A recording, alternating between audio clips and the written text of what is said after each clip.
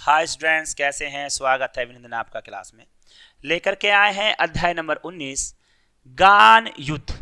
देखिएगा, बहुत ही सुंदर रहेगा। सारांश इसका है, अपनी कला का प्रदर्शन स्वयं को सिद्ध करने के लिए करना चाहिए, ना कि किसी को नीचा दिखाने के लिए। गान युद्ध का उद्देश्य यही था। अब देखिएगा, आप अपने बारे में बताते जा रहे हैं कि मैं इतना बड़ा धनुधर हूं, मैं इतना बड़ा योद्धा हूं। तो ये आप खुद के स्वयं का ज्ञान करने से, अपने वचनों को मतलब अपने बारे में बताने से, अपने मियाँ मिठू मारने से ऐसे काम नहीं चलता। जब जरूरत हो उसको दिखाना पड़ता है और करना पड़ता है, तब उसको कहा जाता है। तो इसका जो कहानी में ही दिखाया जाएगा, शुरू करते हैं। सवेरे का समय था, 12 घंटे लगातार संग्राम के बाद, संग्राम मतलब युद्ध हो रहा था, के बाद प्रकाश ने अंधकार पर विजय प्राप्त की थी। इस आनंद में बाग के फूल झूम रहे थे और पक्षीगण मधुर गीत संगीत में मस्त थे। वृक्षों की शाखाएं सुगंधित वन में खेल रही थीं और पत्ते हर्ष से तालियां बजा रहे थे। प्रकाश का राज्य था और सैवर्त आनंद की वर्षा हो रही थी। अब देखेगा, ये एक उस समय का दृश्य सवेरे सवेरे का है। क्या क्या यहां पर हो रहा है? इतने में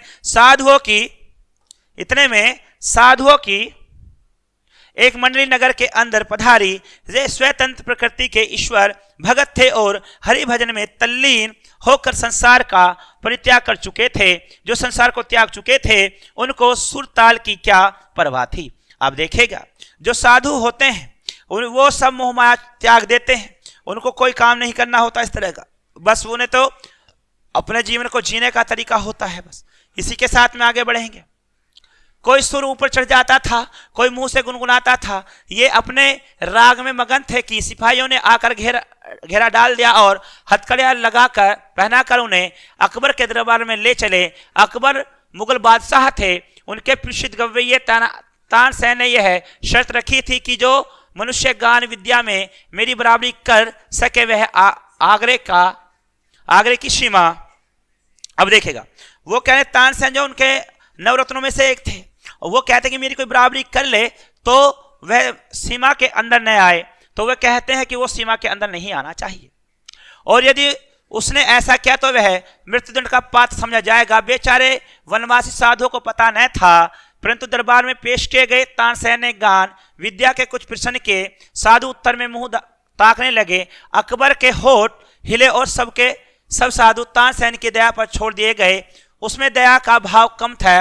मृत्युदंड की आज्ञा हुई। केवल एक 10 वर्ष का बालक छोड़ दिया गया। अबोध बालक, इसका दोष नहीं। बालक रोता हुआ आगरे के बाजार से निकला और सिर पीटता हुआ जंगल में जाकर अपनी कुटिया में लौटकर तड़पने लगा। बाबा तू कहाँ है? अब कौन मुझे प्यार करेगा और कौन मुझे भक्ति का मार्ग बताएगा? मेरे बाबा को छीन लिया और मुझे इस अतः संसार में अनाथ बनाकर छोड़ दिया। अब मेरा कौन पालन पोषण करेगा और घोर संकट से रक्षा करेगा? अब देखेगा, यहां पर बात शुरू होती है कि उनको मृत्युदंड हो जाता, जो गा रहे थे तानसेन के क्षेत्र में। अब उनको तो सबको मृत्युदंड की सजा होने वाली है। उधर बच्चे को समझ के छोड़ दिया कि छोटा बच्चा है, इसकी क्या गलती है। आवाज आ रही है? नहीं, विचारों में डूबा हुआ बालक देर तक रोता हुआ रहा। इतने में खड़ाऊ पहने हुए, हाथ में माला लिए हुए, राम राम जपते बाबा शंकरानंद कुटिया के अंदर आए और कहने लगे, बेजू बेटा ऐ शांत मत हो। बेजू घबरा कर उठा और महात्मा के चरणों से लिपट गया। बिलख बिलख कर रोते हुए बेजू ने कहा, महाराज मेरे साथ अनर्थ हुआ है, मुझ पर विरज गिरा है। शंकरानंद बोले, शांति शांति। बेजू बावरा जो होने वाला है, ये वही बावरा है जिसके ऋषियों के साथ में बुरा हो रहा है। इसी के साथ में बेजू रोते हुए बोला, महाराज तानसेन ने मुझे तबाह कर दिया। शंकरानंद ने कहा, शांति शांति। उसके अंदर विलाप है, वो परेशान है, दुख का असीम पहाड़ उस पर टूटा है। अब वो कह रहा है कि तानसेन ने मेरे ऊपर बहुत बड़ा जुल्म किया है। बेजू ने चरणों से लिपटकर कहा, गुरुवर शांति जा चुकी है, अब मुझे प्रतिहिंसा की इच्छा है। प्रतिहिंसा यानी कि उनसे हिंसा फैलाइए, मैं उसके सामने हिंसा करना चाहता हूं, प्रतिकार की आकांक्षा है। शंकरानंद ने बेजू को उठाकर हृदय से लगाया और कहा, तुझे वह शस्त्र दूंगा जिससे तू अपने पिता की मृत्यु का बदला ले सके। बेजू उछल पड़ा और बोला, कहाँ है वह शस्त्र? शंकरानंद ने कहा, उसके लिए 12 वर्ष तपस्या करनी होगी। बेजू ने कहा, मैं इस समय गुस्से से पागल हो रहा हूं। 12 वर्ष क्या मैं जीवन भर विपत्तियां उठाऊंगा, कष्ट सहूंगा, भक्ति करूंगा, तप करूंगा, परंतु वह शस्त्र अवश्य लूंगा जिससे प्रतिहिंसा की अग्नि शांत हो जाए। क्या 12 वर्ष के बाद वह मिल जाएगा? संक्रांत ने कहा, हाँ मिल जाएगा। बेजू झुक गया, आप साक्षात ईश्वर हैं, आपका उपकार अजन्मा नहीं भूलूंगा। इस घटना को 12 वर्ष बीत गए, जगत में बहुत से परिवर्तन हो गए, कई बस्तियां उजड़ गई, वन बस गए, बूढ़े मर गए, नए लोग पैदा हो गए, जो तरुण थे उनके केश श्वेत हो गए। अब देखेगा 12 साल का ये दृश्य था कि सब कुछ बदल चुका है, सारी परिदृश्य बदल गया है, सारे लोग बदल गए हैं। जो बच्चे थे वो जवान हो गए हैं, जो जवान थे वो बूढ़े हो गए, जो बूढ़े हो खत्म हो गए। इसी के साथ बेजू बावरा तरुण हो चुका था और गान विद्या में दिन पर दिन आगे बढ़ रहा था। उसके स्वर में जादू था और तान में एक आश्चर्यमयी मोहिनी आ गई थी। गाता था तो पत्थर तक पिघल जाते और पक्षी मुग्ध हो जाते थे। एक दिन शंकरानंद ने हंसकर कहा, मेरे पास जो कुछ था तुझे दे डाला। बेजू तू पूर्ण गंधर्व हो गया है, अब मेरे पास और कुछ नहीं है, अब तुम्हें एक गुरु दक्षिणा देनी होगी। बेजू हाथ जोड़कर बोला, गुरुवर आपका उपकार जन्म भर सिर से न उतरेगा, आज्ञा करें। शंकरानंद बोले, प्रतिज्ञा करो। बेजू ने बिना सोचे विचारे कह दिया, प्रतिज्ञा करता हूं कि शंकराचार्य ने वाक्य को पूरा किया, इस राग विद्या से किसी को हानि नहीं पहुंचाऊंगा। लीजिएगा, उन्होंने बहुत अच्छी वो दी है, यहां पर उसे एक अच्छा शिष्य बनाया, एक अच्छी कला उसको दी, लेकिन उसके अंदर था प्रतिशोध की भावना कि तानसेन को नीचा दिखाना या उससे बदला लेना। अब वहां पर गुरु दक्षिणा में मांग लिया कि आप किसी को इससे हानि नहीं पहुंचाएंगे। ठीक है, आगे बढ़ते हैं। इसी के साथ में बेजू का रक्त सूख गया, पैर लड़खड़ाने लगे, 12 वर्ष के परिश्रम पर पानी फिर गया। बदले के लिए छुरी हाथ में आई तो गुरु ने प्रतिज्ञा लेकर कुंद कर दी। बेजू होठ काटे दाप पीसे वह खून का घूंट पीकर रह गया, मगर गुरु के सामने उसके मुंह से एक शब्द भी न निकला। कुछ दिन बाद एक सुंदर नवयुक्त साधु आज आगरा के बाजारों में गाता हुआ जा रहा था। दुकानदारों राहगीरों ने समझा कि मृत्यु इसके सिर पर मंडरा रही है। उन्होंने सोचा कि उसे तानसेन की शर्त की सूचना दे दें, परंतु निकट पहुंचने से पूर्व ही मुग्ध होकर अपने आप को भूल गए। यह समाचार नगर में दवानल के समान फैल गया कि एक साधु आया है जो बाजारों में गा रहा है। सिपाहियों ने हथकड़ी संभाल ली और पकड़ने के लिए साधु की ओर आए, परंतु पास आना था कि रंग पलट गया। साधु के मुखमंडल से तेज की रश्मियां फूट फूट कर निकल रही थी। वे आश्चर्य से उसके मुख की ओर देखने लगे, जहां सरस्वती का वास था और जहां से संगीत की मधुर ध्वनि की धारा बह रही थी। यानी कि वह जो गा रहा था उस बाजार में, पहले तो सब सोचते थे कि इसका बुरा समय आ गया है, लेकिन जब वो उसके पास आते थे तो वह सभी मंत्रमुग्ध हो जाते थे, वह भी बह जाते थे। जहां पर सिपाही आते हैं वो भी सिपाही क्या करते हैं, वो भी भूल जाते हैं कि अब इसे हमें पकड़ना है या छोड़ देना है। साधु मस्त था और सुनने वाले मस्त थे। गाते गाते साधु भी धीरे धीरे चलता जा रहा था और श्रोताओं का समुदाय भी पीछे पीछे जा रहा था। मुग्ध जन समुदाय चलता गया, परंतु किसी को पता नहीं कि किधर जा रहे हैं। जब एक गाना बंद हो गया, जादू का असर टूट गया, तब लोगों ने देखा कि तानसेन के महल के आगे खड़े हैं। उन्होंने दुख और पश्चाताप से हाथ मले, हाय रे यह कहाँ आ गए। साधु अज्ञान से स्वयं मृत्यु के द्वार आ पहुंचा। तानसेन बाहर निकला, अपार भीड़ देखकर वह विषम हुआ, फिर बात समझकर बेजू से बोला, हाँ तुम्हारे सिर पर आज शायद मृत्यु सवार हो रही है। अब ये देखिएगा तानसेन यहाँ फिर से वही बात करते हैं। जब उनके जाकर के नवयुक्त घर के बाहर खड़ा हो जाता है तो तानसेन कहते हैं कि लगता है कि तुम्हारे सर मृत्यु आ गई है, खड़ी हो गई है। नवयुक्त साधु मुस्कुराया, जी हाँ, मेरी आपके साथ गान विद्या पर चर्चा करने की अभिलाषा है। तानसेन ने वो परवाही से उत्तर दिया, हाँ अपनी इच्छा पूरी करो। तभी सिपाहियों को हथकड़ियों का ध्यान आया। वो आगे बढ़े और उन्होंने युवक साधु के हाथों में हथकड़ियां पहना दी। भक्ति का तांता टूट गया, श्रद्धा के भाव पकड़े जाने के भय से उड़ गए और लोग इधर उधर भागने लगे। सिपाही कोड़े बरसाने लगे और लोगों के तीतर बितर हो जाने के बाद नवयुक्त साधु को दरबार की ओर ले चले। दरबार की ओर से शर्तें सुनाई गई कि कल प्रातःकाल नगर के बाहर वन में तुम दोनों का गान युद्ध होगा। यदि तुम हार गए तो तुम्हें मृत्युदंड देने का तानसेन को पूर्ण अधिकार होगा, और यदि तुमने उसे पराजित किया तो उसका जीवन तुम्हारे हाथ में होगा। नवयुक्त साधु ने शर्त स्वीकार की और सिपाही उसे कारागार में ले गए। वह नवयुक्त साधु बेजू बावरा ही था। अब देखेगा, शर्त यह थी जो तानसेन से हार जाता था उसको मृत्युदंड मिलता था, और उन्होंने कहा कि अगर तुम जीत जाते हो उससे तो क्या होगा, वो आपके हाथ में होगा, तानसेन को आप मारेंगे, छोड़ेंगे, जैसा आप करेंगे। इसी बात की शर्त तय हुई और उन्हें रात के लिए कारागार में डाल दिया गया। रवि की पहली किरण अर्थात सूर्य की पहली किरण ने आगले की जनता को नगर के बाहर भागते देखा। साधु की प्रार्थना पर सर्वसाधारण को भी उसके जीवन और मृत्यु का कौतुक देखने की आज्ञा दी गई थी। साधु की विद्वता की धाक दूर दूर तक फैल चुकी थी।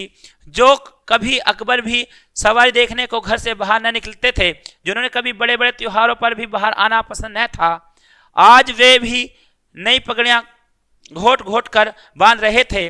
10 बज गए। लोगों ने दृष्टि ऊपर उठाई। अकबर सिंहासन पर बैठे थे, साथ ही नीचे तानसेन बैठा था और सामने फर्श पर नवयुक्त बेजू बावरा बैठा था। अकबर ने घंटी बजाई और तानसेन से ने कुछ प्रश्न संगीत विद्या के संबंध में बाजू बावरा से किए। बेजू ने उचित उत्तर दिए और लोगों ने हर्ष से तालियां बजाई। मुख से जय हो बलिहारी की ध्वनियां निकलने लगी। अब यहां पर ऐसे मानेगा प्रश्न उत्तरों का सवाल शुरू हो गया है और यहां पर तानसेन ने सवाल करने शुरू कर दिए। इसी के साथ में प्यारे बच्चों, बेजू बावरा ने सितारा हाथ में लिया और जब उसके तारों को हिलाया तो जनता ब्रह्मानंद में डूब गई और वृक्षों के पत्ते निश्चल हो गए, वायु रुक गई और सुनने वाले मंत्रमुग्ध होकर सिर हिलाने लगे। अब देखें कि बेजू बावरा के उसमें इतना जादू था, इतना यश था कि जब वो गाना शुरू करते थे तो प्रकृति उनकी तरफ मोहित हो जाती थी। बेजू बावरा की उंगलियां सितार पर दौड़ रही थी। लोगों ने आश्चर्य से देखा कि हिरन उछलांगे मारते हुए आए और बेजू बावरा के पास आकर खड़े हो गए। बेजू बावरा तल्लीन होकर सितारा बजाता रहा। हिरन मस्त थे। बेजू बावरा ने सितार हाथ से रख दिए और अपने कंठ से फूल मालाओं को उतार कर उन्हें पहना दिया। फूलों के स्पर्श से हिरणों को सुधि आई और वे चौकड़ी भरते हुए भागकर वृक्षों में छिप गए। बेजू ने कहा, तानसेन, फूलमालाएं पहने हुए हिरणों को अब यहां फिर बुलवाइए, तब मैं आपको संगीत विद्या में पूर्ण मानूंगा। अब देखिए, उन्हें लगा कि जिस समय बेजू बावरा गाए थे हिरन तो अपना आप आ गए थे चलते फिरते, जब बंद हुआ तो वो चले गए। तो उन्होंने कहा, अगर तुम सच में ऐसे हो तो उन हिरणों को फिर से बुलाइए, तब मैं मानूंगा कि हाँ तुम सच्चे हो और तुम सही हो। इसी के साथ में तानसेन सितारा हाथ में लेकर अपनी पूर्णता के साथ बजाने लगा। नहीं, उल्टा हो गया। ये सवाल तानसेन से क्या था, बेजू बावरा ने, कि मैंने जो हिरन बुलाए वो चले गए हैं, अब तुम अपनी विद्या से उन्हें बुलाइएगा। ऐसा अच्छा सितारा उसने अपने जीवन में कभी नहीं बजाया था। सितार के साथ वह स्वयं सितार बन गया और पसीना पसीना हो गया। बजाते बजाते बहुत समय बीत गया। उसकी उंगलियां दुखने लगी। बहुत चेष्टा करने पर भी कोई हिरन नहीं आया। तब तानसेन की आंखों के आगे मृत्यु नाचने लगी। वह पसीना पसीना हो गया और लज्जा से उसका मुखमंडल तमतमा उठा। वह खिसियाना होकर बोला, वे हिरन तो आकाश इधर आ निकले थे, राग का प्रभाव थोड़ी था, साहस है तो अब दोबारा बुलाओ। देखेगा, तानसेन से यह न हुआ। अब तानसेन बचाव करने लगे कि ये तो अपना आप ही आ गए थे, अब तुम दोबारा बजा करके दिखाओ, अगर ऐसा सच है तो दोबारा आ जाएंगे, मेरे से तो आ नहीं रहे हैं। क्योंकि उसके सामने मृत्यु दौड़ उठी थी, क्योंकि उसे पता था अब तक मैंने कितनों को मारा है और हो सकता आज नंबर मेरा लगा है। इसी के साथ में आगे बढ़ते हैं। बेजू बावरा मुस्कुराया और धीरे से बोला, बहुत अच्छा। यह कहकर उसने फिर सितार पकड़ लिया। एक बार फिर संगीत लहरी वायुमंडल में लहराने लगी और फिर सुनने वाले संगीत सागर की तरंगों में डूबने लगे। हिरन बेजू बावरा के पास फिर आए, वे ही हिरन जिनकी ग्रीवाओं में फूल मालाएं पड़ी हुई थीं और जो राग की सुरीली ध्वनि के आकर्षक से आ गए थे। बेजू बावरा ने मालाएं उतार ली और हिरन कूदते हुए लोप हो गए। अब देखेगा, जिन हिरणों की बात चल रही थी, बेजू ने जो दोबारा से संगीत बजाया तो वो हिरन फिर से वहां पर लौट आए। ठीक है। इसी के साथ में अकबर का तानसेन के साथ आघात प्रेम था। अब उनकी मृत्यु निकट देखी तो कंठ भर आया, लेकिन क्या करते। तानसेन शर्त जो हार गया था वे विवश होकर उठे और संक्षेप में निर्णय सुनाया गया। बेजू बावरा की विजय और तानसेन की पराजय। तानसेन कांपता हुआ आगे बढ़ा। वह जिसने स्वयं किसी को मृत्यु के घाट उतारते हुए दया नहीं की थी, उस समय दया के लिए प्रार्थना करने लगा। बेजू बावरा ने कहा, जहां पनाह मुझे प्राण लेने की इच्छा नहीं है, आप इस निष्ठुर नियम को हटा दीजिए कि जो आगरा की सीमा के अंदर आएगा, यदि तानसेन से हार गया तो मरवा दिया जाएगा। अकबर ने अधीन होकर कहा, यह नियम अभी इसी क्षण से खत्म है। तानसेन बेजू बावरा के चरणों में गिर पड़ा और दीनता से कहने लगा, यह उपकार जीवन भर नहीं भूलूंगा। बेजू बावरा ने उत्तर दिया, 12 वर्ष पहले की बात है, तुमने मेरे पिता के प्राण लिए थे, यह उसी का बदला है। और यह रचना जो दी है सुदर्शन ने दी है, बहुत ही सुंदर रचना है। इसमें दिखाया जाता है कि आपके पास अगर कला है, आप कला में निपुण हैं, तो आप उसे करके दिखाएं तब अच्छा होगा। किसी को दबाएं, हराएं और उसके साथ में इस तरह का व्यवहार करें, यह आपके लिए उचित नहीं है, यह अनुचित ही आपका श्रृंखला या श्रेणी है, आपको ऐसा नहीं करना चाहिए। इसी के साथ यहां पर आते हैं शब्द अर्थ। संग्राम, युद्ध या लड़ाई, सर्वत्र सब जगह, तल्लीन मगन या मगन, प्रत्याग छोड़ना, अभियुक्त आरोपी या दोषी, अतः सीमा रहित, ब्रज कठोर या सख्त, प्रतिहिंसा हिंसा के बदले हिंसा, प्रतिकार माने होता है बदला, आकांक्षा चाह या इच्छा, साक्षात सम्मुख सामने, तरुण युवा, कुंद मंद, मुग्ध मोहती मोहित या लुब्ध, दावानल जंगल की आग, रश्मियां किरणें, विस्मित चकित करना या आश्चर्य करना, बेपरवाही बिना किसी परवाह के, कारागार जेल, ब्रह्मानंद ब्रह्म समान आनंद, तल्लीन माने मगन होना, स्पर्श माने होता है छूना, प्रवीणता निपुणता कौशल, एकास्मक अचानक का एकाएक, ग्रीवा गर्दन, आघात माने गहरा अथा, निष्ठुर माने कठोर, अधीर माने धैर्य रहित या बेचैन। इसी के साथ यह रचना यहाँ पर खत्म होती है। मिलते हैं आपसे अगले अध्याय में अगली कहानी के साथ, तब तक के लिए गुड डे गुड लक।